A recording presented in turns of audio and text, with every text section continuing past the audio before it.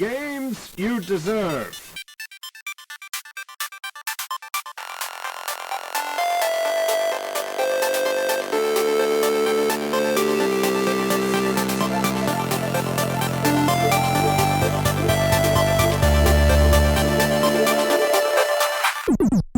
Welcome to Games You Deserve, brought to you by Special Reserve Games. This week on the podcast, we react to the PlayStation 5 reveal, then talk to the developers of Minit, and Erik brings you Chapter 5 of Fireflower.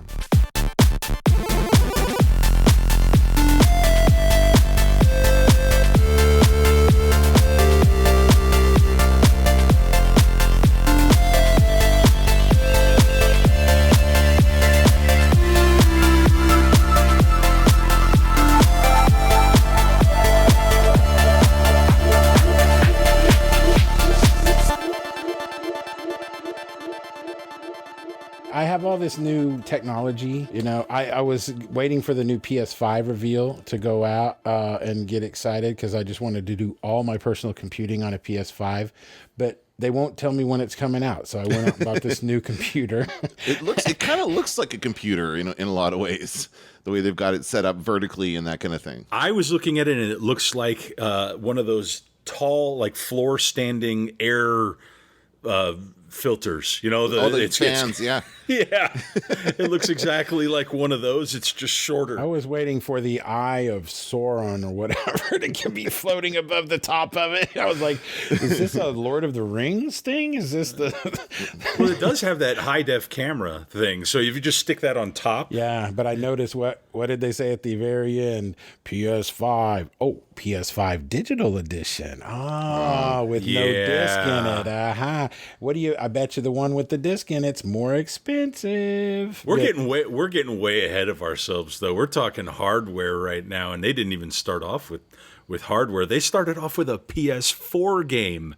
Yeah. What's up with that? Well, I think it's because they probably don't have as many PS5 games, to show, because they've been real stingy with showing all the giving dev kits and supporting new tech. So it's probably just because they're not ready. There was only about 25 different titles that they went through, which I guess, is great, but a lot of them weren't going to be launch titles. A lot of them had 2021 against them. But yeah, they start off with this expanded version of GTA 5, which I guess that's cool. And they're going to start throwing, in-game dollars at people every month between now and when the PS5 comes out. For anybody that owns it on PS4 today, you get like $1 million in the game per month. So if you're still playing GTA 5 at this point, is money really your issue? Like, I feel like probably anybody, not. You've done the whole game, you played through all the stories, you do there's lots of online stuff you do, but you don't need to worry about money so much. Yeah, I think this is trying to attract that new 14-year-old kid that is going to get his first PlayStation 4 and has always wanted a Grand Theft Auto game, Whose mom is not going to go out and buy him a PS5 because he just got a PS4 at that point. So that's kind of funny to me. And then they said that Grand Theft Auto 5, this new expanded edition, is included with the PS5 release. Now, so GTA you get this 5 for free. Online is that what that is? Oh, I see. Okay. So that's a separate service. Online.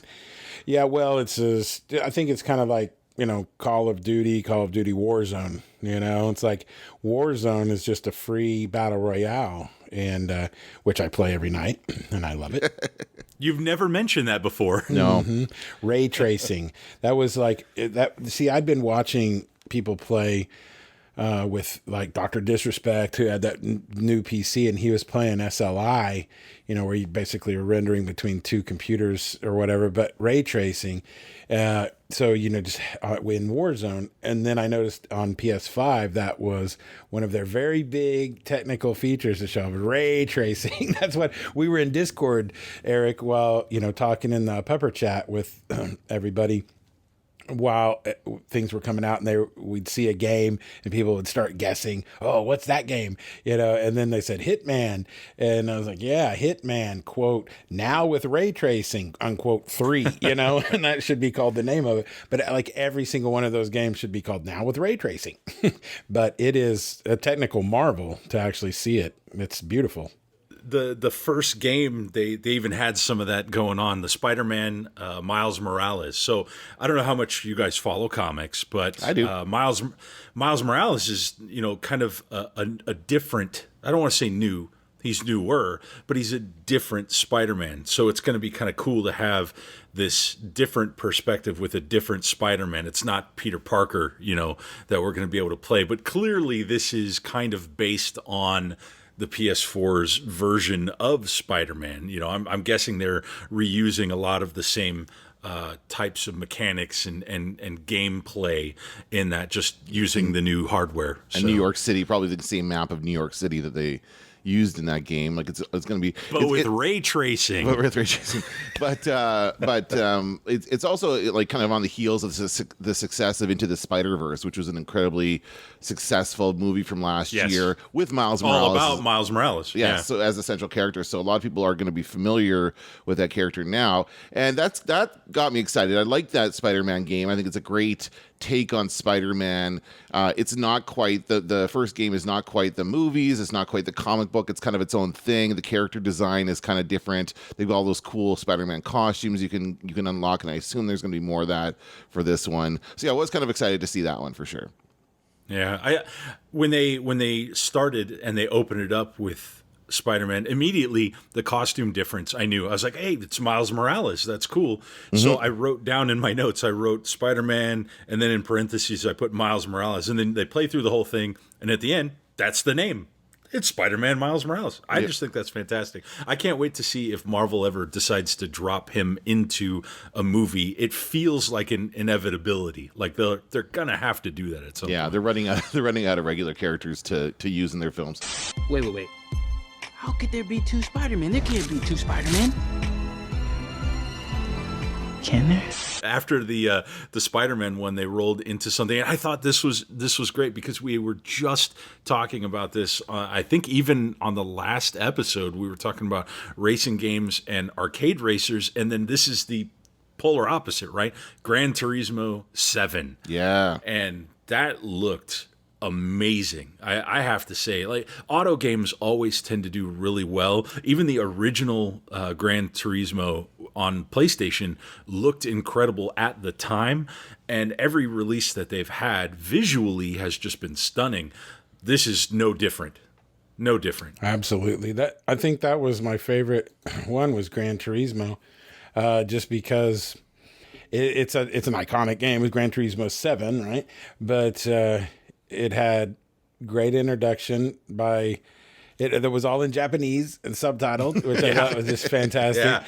Yeah. But Gran Turismo. Good Lord, did you see the ray tracing on the gloves? But it was just it felt super realistic. I mean, you could tell there wasn't a great physics engine in it yet, because the car was like on the line, it was stuck to the track, and but it the ass end of the car wasn't breaking loose or anything. And so, of course, I've never driven, any one of these cars myself, but it just looked so realistic from inside the cockpit, how the head movement was, how the depth of field, things were coming into vision, into your vision or your field of vision. And so I just thought it didn't feel very arcadey.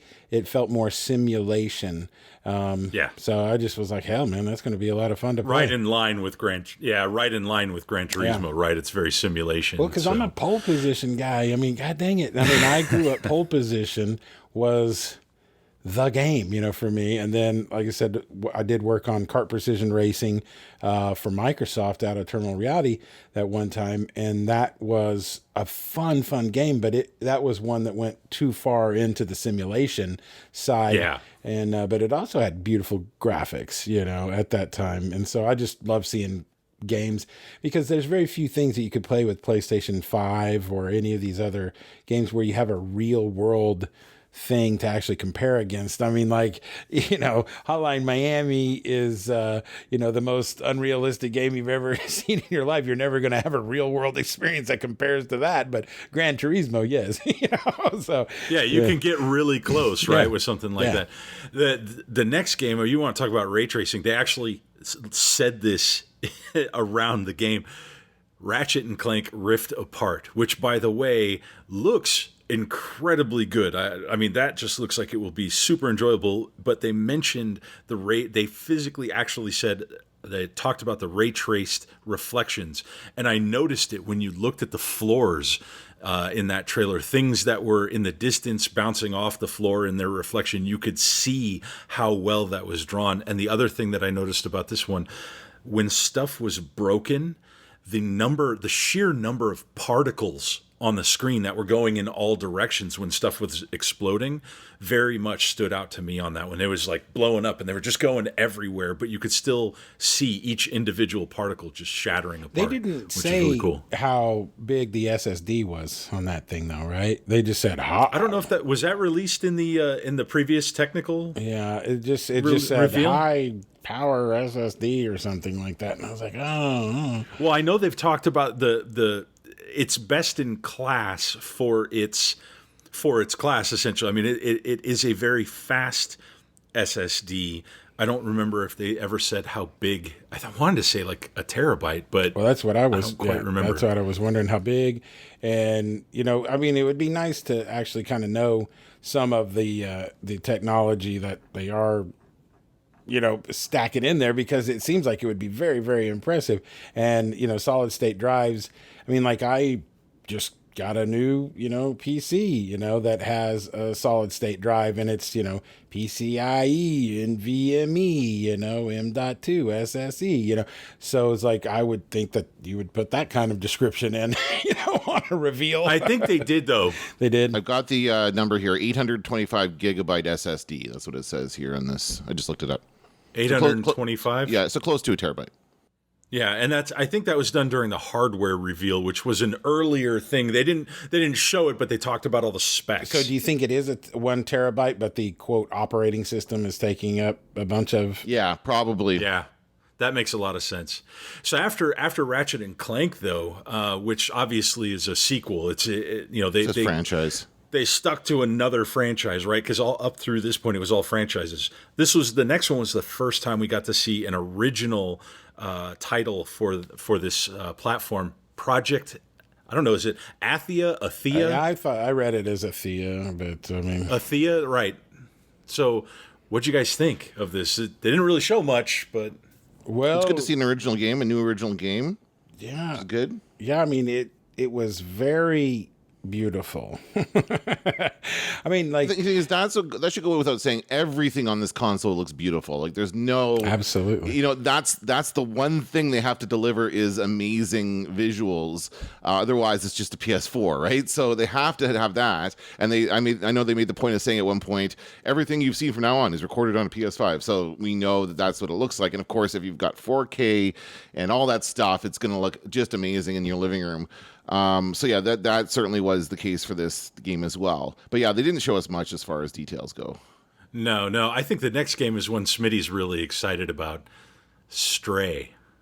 Yeah, you get to be a kitty cat. You made the comment. It's like, yeah, we you finally made that get comment. to be a little kitty cat, and you get to run all over and like eat out the trash, and I mean, guys, this is going to be awesome. Can't wait to see what it actually does look kind of fun, and I think it would be a neat concept, I guess. I mean, we've got the goat simulator. How about we got Alley Cat or whatever. I'm surprised we didn't get Goat Simulator 2 for the PS5. Now with ray tracing. VR, now with ray tracing. You're talking about how the developers are creating these realistic-ish scenarios, but they're still so fantastic. And the next game they showed was Returnal, and Returnal struck a chord in me because they based this trailer around the female character who is on this kind of world by herself, that every time she kept saying she would die, she would wake up. Yeah, that's what that was. And then like it would tomorrow. change. The world would change. Yeah, and I found that fascinating. And then the visuals kind of were extremely cohesive with that narrative. Every time they'd show a scene, they would kind of clip over, and then boom, that world would be different. They showed the house, and then after a snap, boom, it's like decrepit and old and broken and all that kind of stuff, and then it changed again. It's that one really looked interesting to me. But I always thought that Edge of Tomorrow, the Tom Cruise movie, would have been like it's basically a video game premise, right? You die, you wake up, you try again. You know the exact thing because that's what happens when you play video games. You learn from your mistakes, you learn the pattern. This goes way back to like Pac-Man or other stuff, like where you just kind of learn and get better, and that's what happens. I'm assuming that's what happens in this game as well. Not me. I mean, I haven't been past the first act in Pac-Man. No, I'm just kidding. Oh, but yeah, no, that looks cool. I don't love the name. I got to say, Returnal doesn't. I know. I was going to say I didn't even. Yeah. That's not even how I read it. I don't even think I looked at it like a word. I was like, like what is that? Sounds like a. But from a game perspective, it looked like it was going to be really cool. The next one is actually it's Sackboy, A Big Adventure, and that's Little Big Planet, right? I mean, that's the little dude from that, and multiplayer. If you were paying attention, that was like a 4-player multiplayer game that they were running around on the platforms. Everything on that, I mean, Little Big Planet, all the little pieces look like they're straight out of real life already. Even when that was on the PS3, the way that they did the art on that type of thing, this just took it to a whole other level, right? All the little bits and materials and everything in there just looked exactly and you know what like else? Real life. Ray tracing. We're not going to get away from that. We're not. I mean, all over the ray place. tracing on the little fibers of that guy's body. Oh my gosh! Yeah, it was beautiful. It was funny though. I watched this on Twitch. Where did you watch it? Yeah, I was watching on YouTube. You watched on YouTube.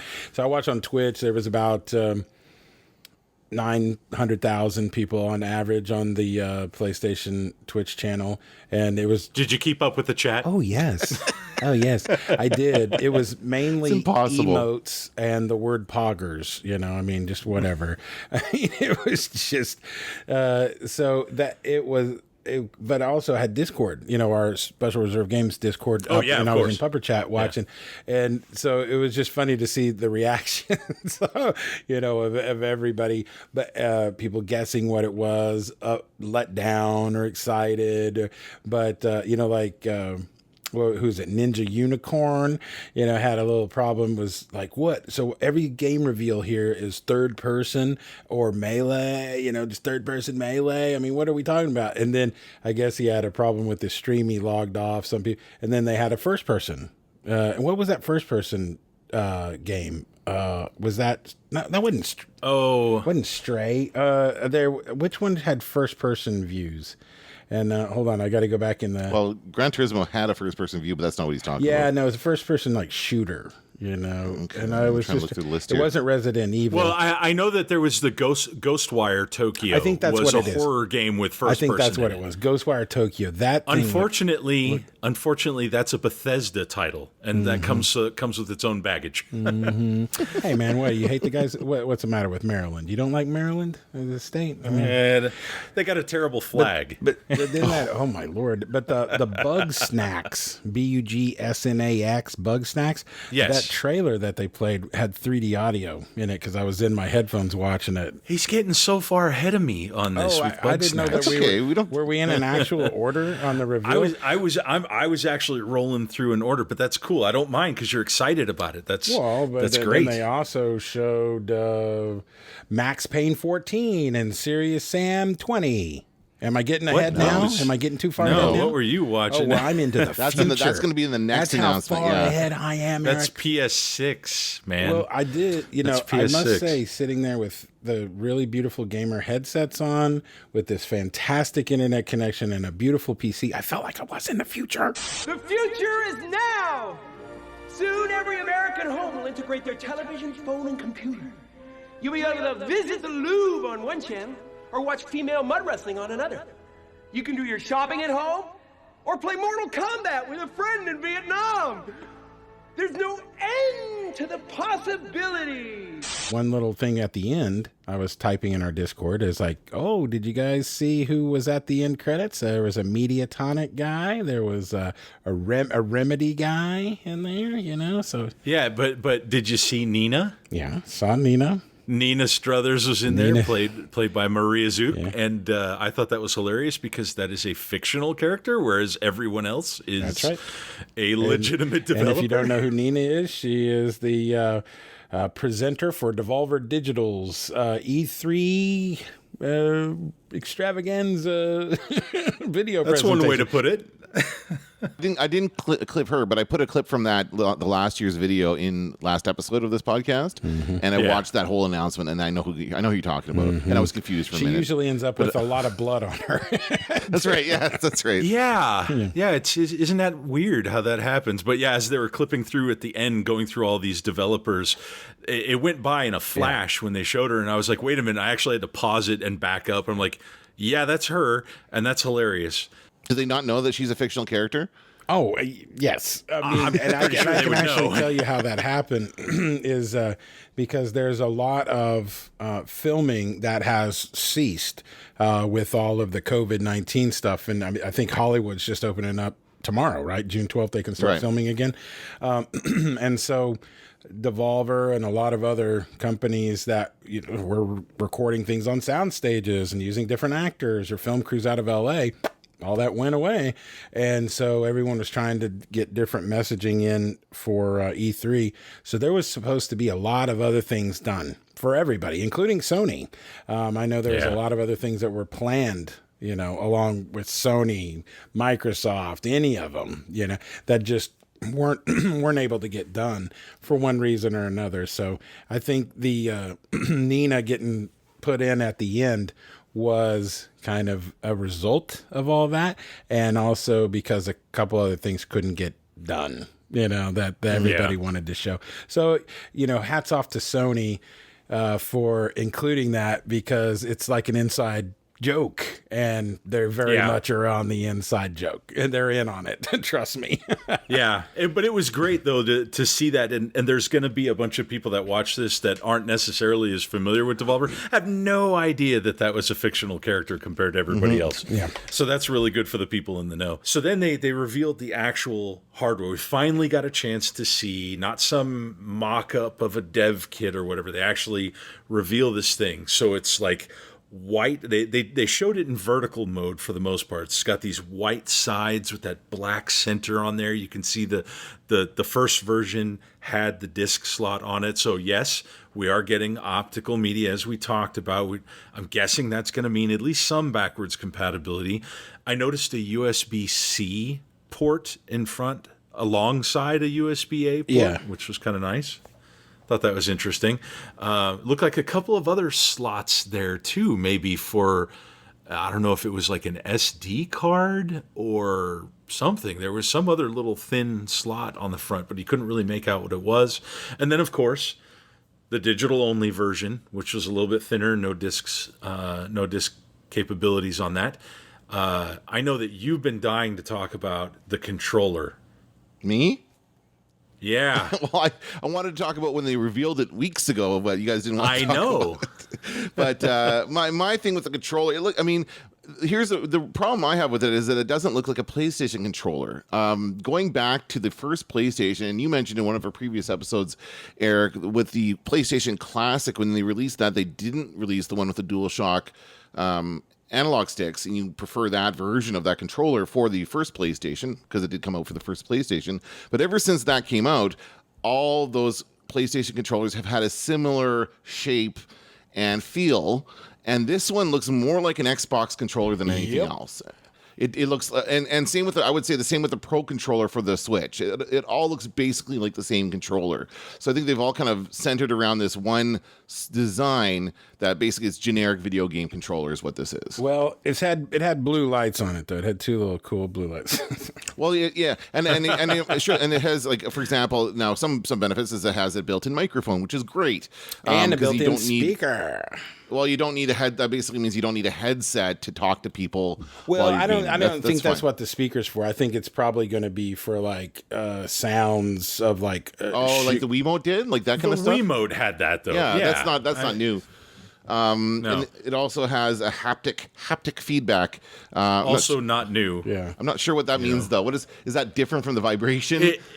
No, that is vibration, but it's vibration done in such a way that it actually gives you more than just one type of burr, one type of motion. You're getting different sense. Yeah, I think they're going to have multiple locations where the vibration can come from, or it can be more intense. from one side. These things, the Joy-Cons have that, right? They've got all the different motors in it, because if you played that little stupid game that Nintendo released at the opening of the Switch, the release of that 1-2 Switch, it's got a bunch of stuff in there, and like you can... One of the game has something where you move this and you try to figure out how many marbles are in the container. And I got to be honest, when you play that, it does feel like there's marbles rolling around inside this Joy-Con. Same thing is going to happen on that controller. They're going to have a number of motors with different capabilities, sensitivity for that. But they talked about also the adaptive triggers on there. That's cool. That means if you pull it like halfway back, it'll fire once. If you pull it all the way back, it'll fire all, full automatic auto. or something. Yeah. It will also change how hard it is that you have to actually pull the trigger. Yeah. So in a game like that, it might be easy to pull it about halfway, and then you really have to that might be the speed that you're pulling it, and then you can actually might like slowly like to finesse something maybe. That'll be interesting to see. I mean, eventually who had done the glove? I forgot a long time ago. Was it Nintendo the Power Glove? Power Glove. Yeah. I don't. That almost seems like that still would be if you had two gloves. That nowadays you would not be Michael Jackson. Well, hey, two of them? Listen, he was way ahead of his time. Let's just say with the whole glove. Let's be honest, and the Power Glove was not the greatest thing. No, but the technology wasn't there yet. Yeah, but the idea of it is. But the idea, the idea. Is I think. But the tech wasn't there, man. Still not there. You just tilt your hand back and forth to play Ridge Racer. Yeah, and it's like I had one. I honestly did own a Power Glove. I had one. I got it as a gift from my parents. It was amazing for the time and so dumb, I have to say.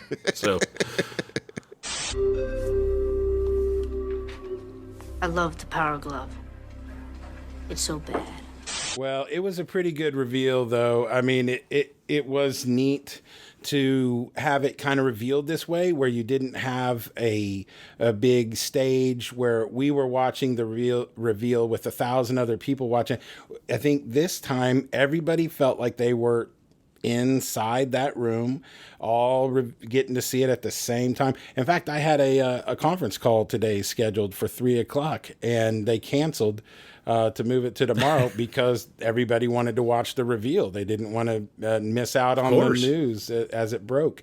And so it was kind of interesting in this new, COVID version of E3 that's happening now this week and next week and the following weeks, where everyone's making their announcements. And it's actually not an evolution or something. It's just a different way of watching it all and getting exposed. And I honestly kind of liked it. It was like watching the space shuttle take off, or, we're all watching it at the same time. It's live, and we got to all enjoy it at the same time.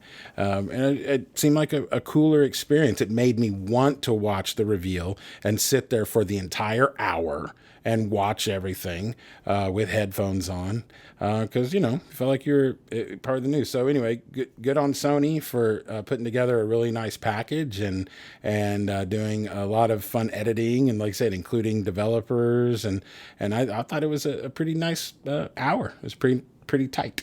I'm rather excited about it. I think there's a number of games that I saw today that I would want to check out and I would want to play.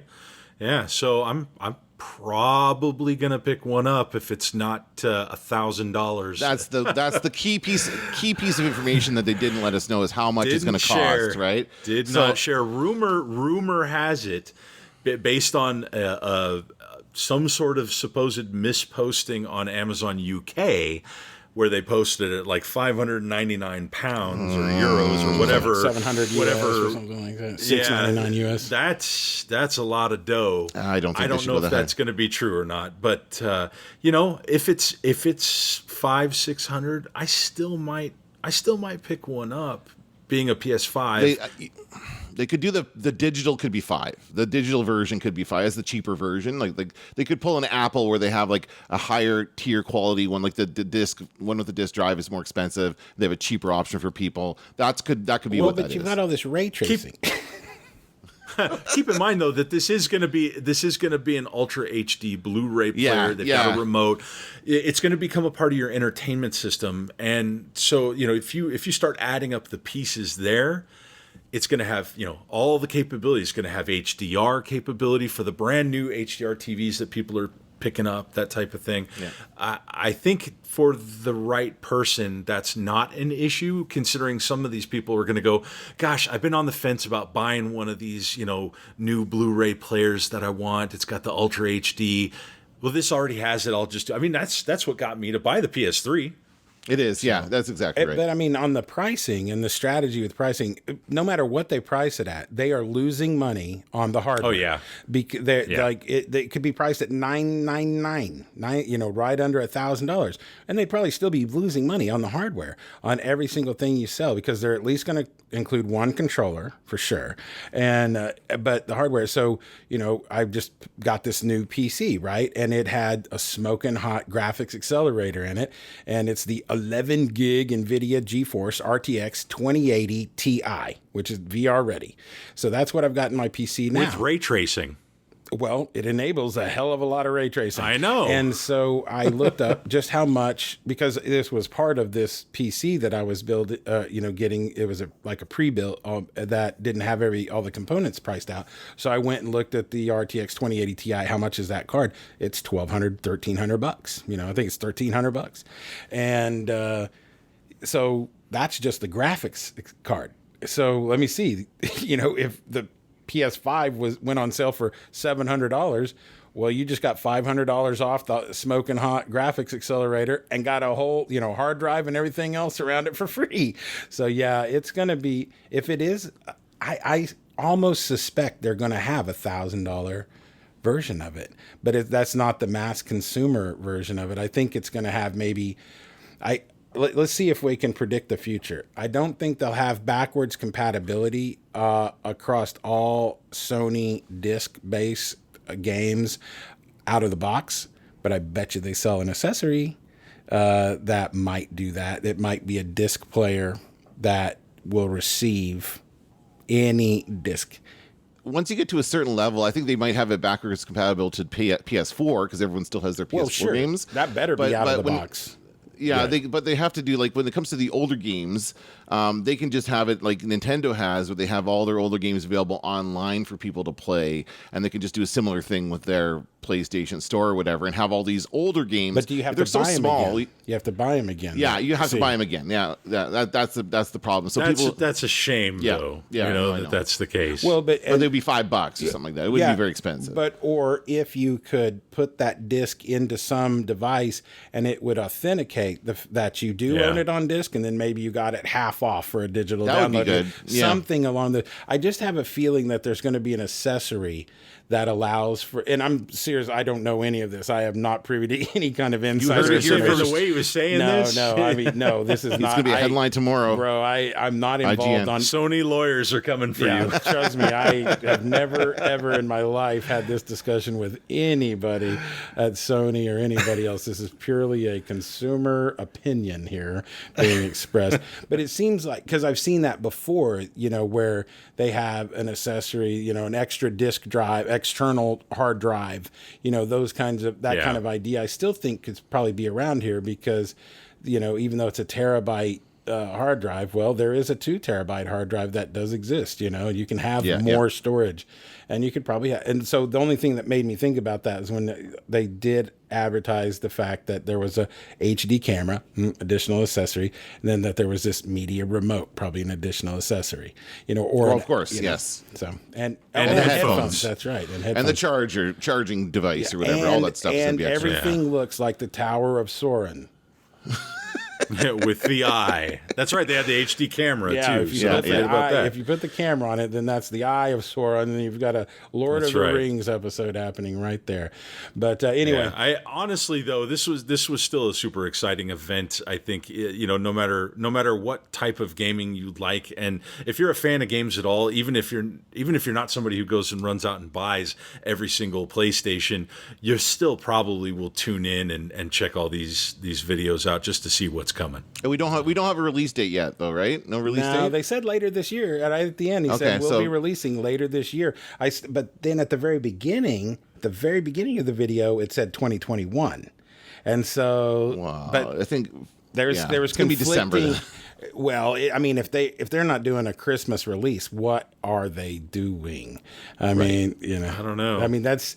Nintendo's the only one that gets away with that. I am almost positive that COVID-19 is not going to cancel Christmas this year. You know what I'm saying? We're way too far away for me to bank on that. Well, I mean, though. it's not going to cancel Christmas. Christmas is still going to happen. It might be an online Christmas, but it's still going to happen. You know what I'm saying? You're gonna FaceTime with Santa, kid. Don't worry about it. Just sit here on Daddy's knee and look into the camera. The other, just to have a moment of silence for 2020. I mean, this was the year, because of leap year, everything got reset to cool, man. Christmas is on Friday. New Year's is on Friday. Halloween's on the weekend. My birthday was on a Friday. I mean, like, everything was lined up. So, I mean, I'm really keeping my fingers crossed that Sony comes out for Halloween, and we got plenty of time to get things and great games to come out for Christmas, But also, one of the biggest buying sprees comes the 2 weeks following Christmas, so leading up to January 15th. That's another big extravaganza for a lot of games to hit. So, never fear. If what you're seeing doesn't come out before Christmas, I bet you it's going to come out right after. So start saving your money now, kids. And one day, maybe Special Reserve, we might even have a PS5 a physical game to talk about, maybe sooner than you think. We hope you've enjoyed the first glimpse of our future today. You've seen our most striking console design yet, and you've seen games that can only be enjoyed with the full range of PlayStation 5's features and power. We're launching later this year, and we have tons more to share. Welcome to PlayStation 5.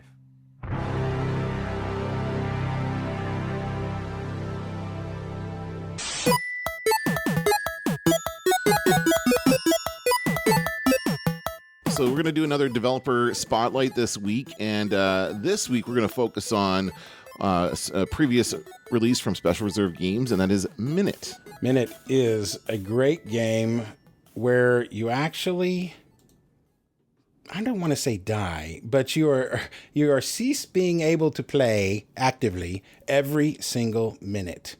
It was a fun concept. It's black and white. It's kind of got that fog of war elements in some of the areas, and you basically have to figure out where you want to go in a minute. Now, Minit is spelled Minit if you're going to look it up online. It was developed not by a house, but by 4 individuals, JW, Kitty, Yukio, and Dom.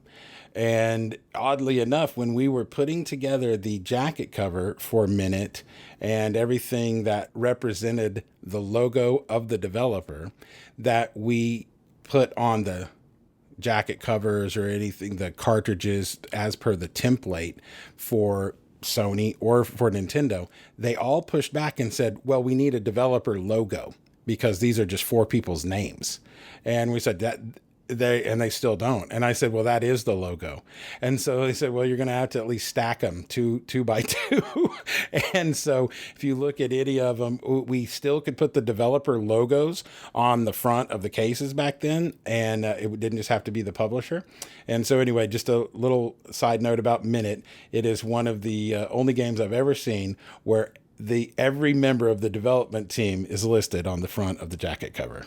Very cool. So here's a conversation that our very own J-Ball. Should we tell people who J-Ball is? Yeah, that's Jonathan Ball. He's been with the team kind of in private. He's a professional writer. He actually is. That's what he does for a living. He writes books. He teaches things about writing and linguistics and language, and we're lucky to have him on the team. But he actually interviews some of the developers we work with. He's actually talking to Kitty and JW in this interview.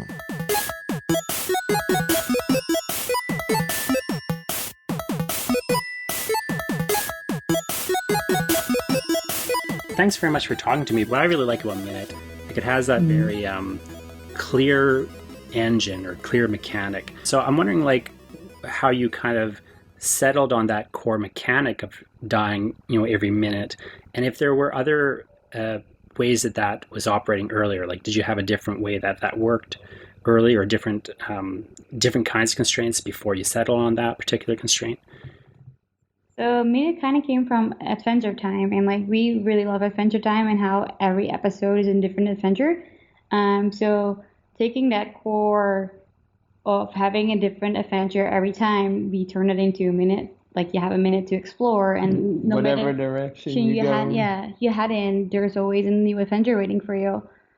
And of course you have a minute, but for us it's like we can totally like time how fast you can go in a minute, or like what radius you can explore.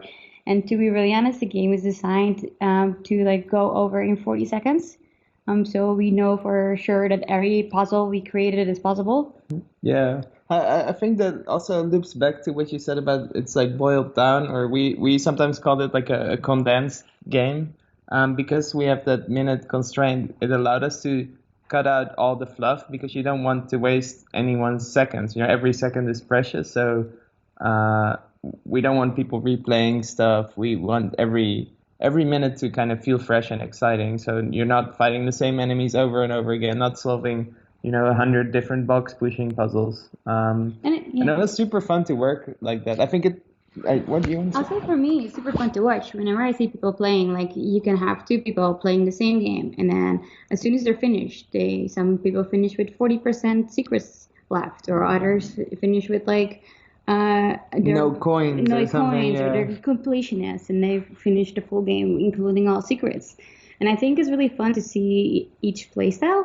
Yeah, I agree. I mean, we literally went over every single screen and said, okay, I want something fun to be in here, like something moving, some secrets, and like something exciting, yeah. So yeah, I feel like hopefully if you go somewhere and you haven't found anything yet, you'll be able to find something that you haven't seen before or noticed. At first it was like, hey, let's make a game and it's going to be really fun for the players to have to figure this out with the time pressure. And that is true, but I think over development, what became even more true is that those limits really helped us as developers be more creative and come up with more unique things. What started out as kind of a challenge for the players became this really fun challenge for us at putting the game together. And I think that really helped the project a lot. Yes, it definitely made shine light on the creative side. When I teach creative writing, I tell people, if you're stuck, just make some rules so you can do less things. You have a great core story concept, which is this idea that you find a cursed sword that kills you every minute, and then you have to go to the sword factory to file a complaint, more or less. I love that initial story idea. I'm wondering what led to that initial story idea when you started to hang a story on this mechanical concept. I feel like a lot of the story in Minit is based on our personal lives. Would you pick up a sword in real life? I don't think so. It's a bad idea. That was the basic premise. And if you have something that you got and it isn't working or it's affecting you in a bad way, you'll probably go and return it. See if you can get a refund, and then customer service is always really annoying. So that became a part of the game, or just random people we met. And I think as game designers, I think we're better at building a world than at telling a story. It's hard for us to do proper story structure or things like that, but we can, build a world with cool, funny characters and little jokes. And I think the game allowed us to focus on that as a strength. And then, getting the real story as simple as it is together was just super iterative, finding, hey, what who did we meet yesterday and can we work them somehow in the game? And then by the end, that kind of, we did some cutting some characters or adding a little bit of text here to just make it all work together. But it was a super fun process. And I think that was also part of, having limitations for us. We're not writers, but we can write a funny tweet, So the format of the characters and the NPCs in Minit really suited our personal way of writing well, I think. And even when it came down to localization and stuff, we worked together with another company. And for example, if you encounter the turtle in a game, it talks very slowly. And we basically said, hey, it doesn't really matter what he's saying, only if the last bit is this. part because that's part of the puzzle and that's what everyone needs to know, but it has to be the last bit. And like some like constraints there is like for me it's really like fun to work with. Recently we actually went over all the turtle dialogue, like the slow talking turtle in every language, and put it through Google Translate just to look at the differences, and it was all like vaguely nautical, talking about boats, but all very different. That was like super funny to see. Yeah, like in some version it says, "Hey, I would love to go on a boat," or and the other was like, "I love the smell of the ocean," or something. Or I wave at the boats, and I felt like it's so funny. How did the four of you actually get together to make this game? Like how did the four of you come together, and why did you decide to work together on a game like this? So Yukio is someone who knows, like, GW and Yukio met like a long time ago, and they worked together on a project like Luftreisers, Nuclear Throne. Others. So yeah, I'm actually first time I heard of Yukio's existence was just on a forum we were both at when we were like 15 or something. He was user number 2000, so I was like, oh, you know, let's check out user number 2000. There was a blog post on the front page about him or something. And then I saw him and I was like, oh, this guy seems nice. And then we kind of stayed in touch, you know, ever since. And then Kitty and I also go way back. We met like 9 years ago, pretty much. Yeah. We met Dom on a bus once on the way back from an event, a games event. And he was just there. He was also a game developer. We had a really good conversation. And then by the time we were all wrapping up our bigger projects, and Kitty and I had the idea to take this little Adventure Time idea and turn it into a full game, you know, everybody just happened to be available, and it just naturally came from there. It seems like our skills would work well together. Yeah, I guess timing is everything, and the rest is history. Yeah, and it would have been a super different game if we would have worked with different people. So I'm super thankful for the team. Like, I'm really happy with what we managed to put together. Yeah, I feel like everyone puts so much of themselves into the game. Why is it important for you to have, you know, physical copies of this game, and you know, and those booklets and so on? I mean, nowadays everything is digital, and don't get me wrong, that's fine too. But it's just like having something in your hands and holding it. I don't know, it's a special feeling. Usually, like, I don't know, every day, how many things do you hold? It's probably your laptop or like your phone, and it's nice to have like get like a text message from like a friend you like. But if you get something in the mail, which is already like a super sweet experience, because nowadays if you get mail, it's probably only bills. Right, it enhances the whole experience of playing it too. Yeah, it's not like you go on some slick gamer-looking website, you know, and then you have to wait for an ugly download bar, and then you can play the game. It's like you actually get something in the middle, you get to open it. It makes it a way more fun experience. But I also really love that people like our game so much that they're willing to, you know, have it take up space in their house. To me, that's amazing. You know, like that is so nice, and the fact that people actually are as excited about it as we are, you know, that they actually order this and buy it, that to me that's really incredible and heartwarming, and also kind of makes it like, all right, we have to make something really cool and beautiful. And I mean, that's why it was also so nice collaborating on this, because everybody wanted it to be just really high quality, I mean, I don't know if I can swear in it, but like no bullshit, you know, like no throwaway bullshit, just something really pretty and nice, and that suits the game. And I think it also fits the game itself well, you know, that sense of adventure, having like the basement filled with weird maps and rusty artifacts, you know, like you could probably put the copy of the game in a basement and it wouldn't feel out of place, you know, like it's a collector's edition. It's cool. It's fun. Yeah. I wanted to make sure I asked you about the map that was created for the Special Reserve Games pre-order. What can you tell fans about that map? I think for me, personally, that's one of the things I was the most excited about when we got this opportunity. When we were working on the game, we hacked together a little tool for the team, basically, that made a map of all the screens that were in the game, and just seeing that grow during development was really exciting. And just I think Minit is kind of this really tight-knit world, And just once the game was done, we realized like, oh man, this was a cool thing. I wish it was, more fancy and like a real map. And then the fact that we got to turn that into a reality was, for me personally, like really exciting. And I'm not very nostalgic usually, but that's like the kind of stuff I loved as a kid in video games. Yes, having like a physical edition with like a booklet and like going through it is like, I don't know, it brings back good memories for me. Thanks so much for talking to me. This has been really great and helpful, and I appreciate your time. Been fun. Thank you so much. Yeah.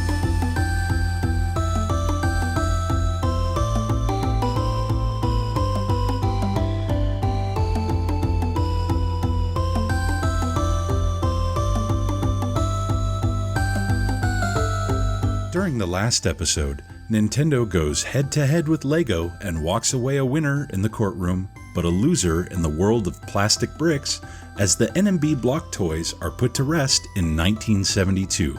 However, a new partnership with electronics manufacturer Sharp could potentially be the spark that ignites the imaginations of a company poised to enter a brave new world filled with electronic entertainment. Join me as we see where this new partnership takes the Big N during this installment of Fireflower from Paper to Pixels.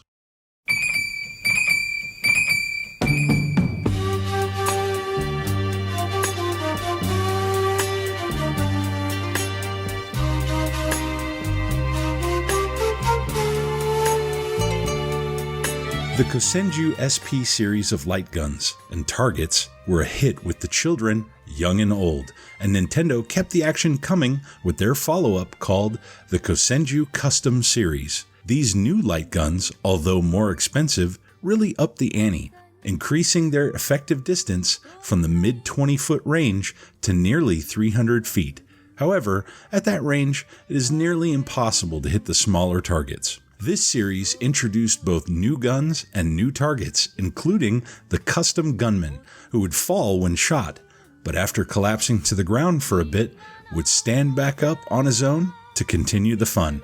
A high-priced wall-mounted target and lever-action rifle were also part of the Kosenju Custom Series. Released in 1971, the rifle is a full-size replica, is made of metal and plastic, and has a wood-grain look to its stock.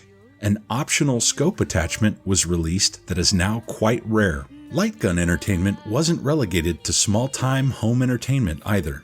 Around the same time that the Kosenju Custom Series was released, Gunpei Yokoi added a new team member to Nintendo's R&D2 team. Recent graduate Genyo Takeda was teamed with Masayuki Uemura, the former Sharp engineer, now an employee of Nintendo.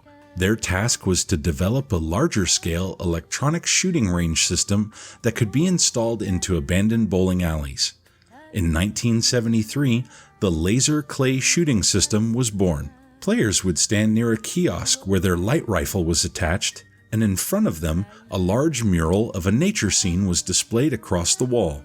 A projector system was used to portray pigeons against the mural with reflective surfaces. When the rifle hits the target, the projector would change what was displayed accordingly.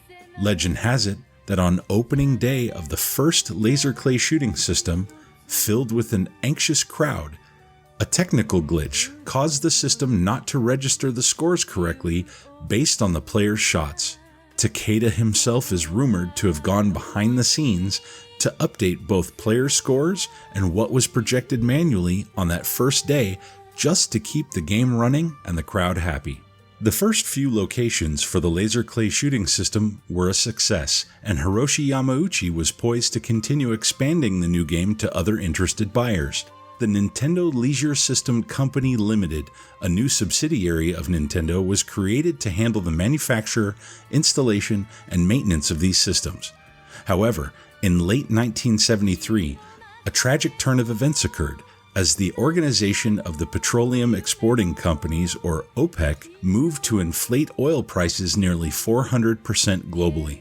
As a nation, Japan imported approximately 90% of their oil, causing gasoline and goods prices to skyrocket. The economic impact of the oil crisis in turn caused many businesses who had ordered the laser clay shooting systems to cancel their orders, leaving Nintendo holding the bag to the tune of nearly $64 million. Clearly, a new strategy was needed if Nintendo was to survive.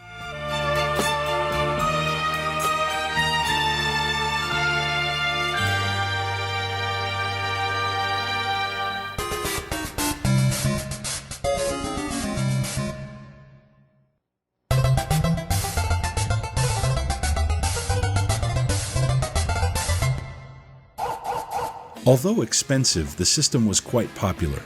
Nintendo went back to the drawing board with the overall concept and decided to shrink the system down. This move would make it more affordable and easier to install into more locations, especially arcades, which were recently gaining popularity due to attractions like Pong. This new version of the light gun system used 16mm film projectors, which became the basis for further development of arcade light gun machines. These new light gun games started with a name some of you may be familiar with, Wild Gunman.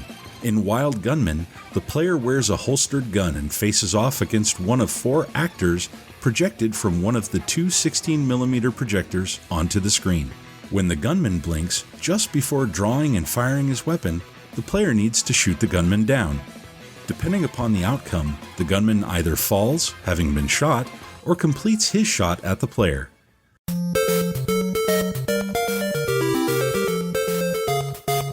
Wild Gunman would return 10 years later as a launch title for the NES, as well as one of the games available in Nintendo's Versus Arcade series, which plays a short role in Back to the Future Part 2.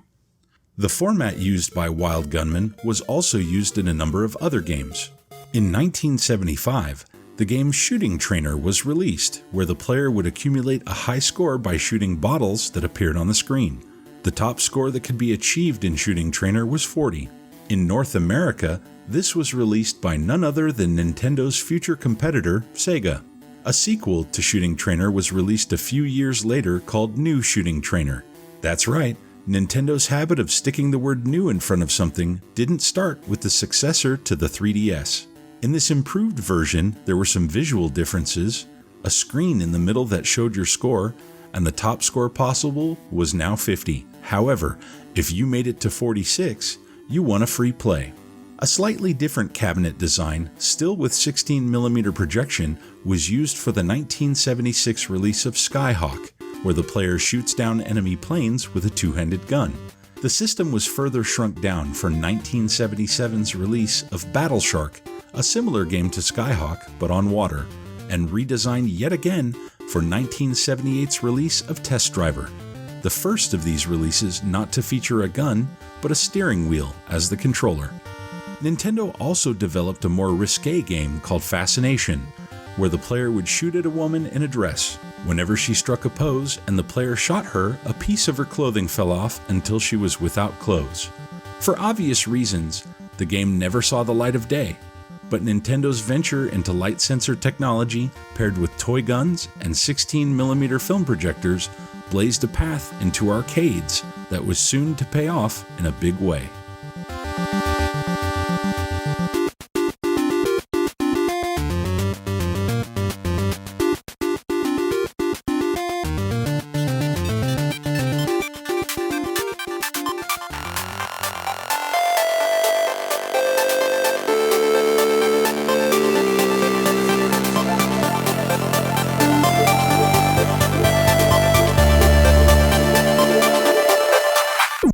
Well, it looks like Ray has broken his number 2 pencil and he's got no more lead, so he can't trace anymore.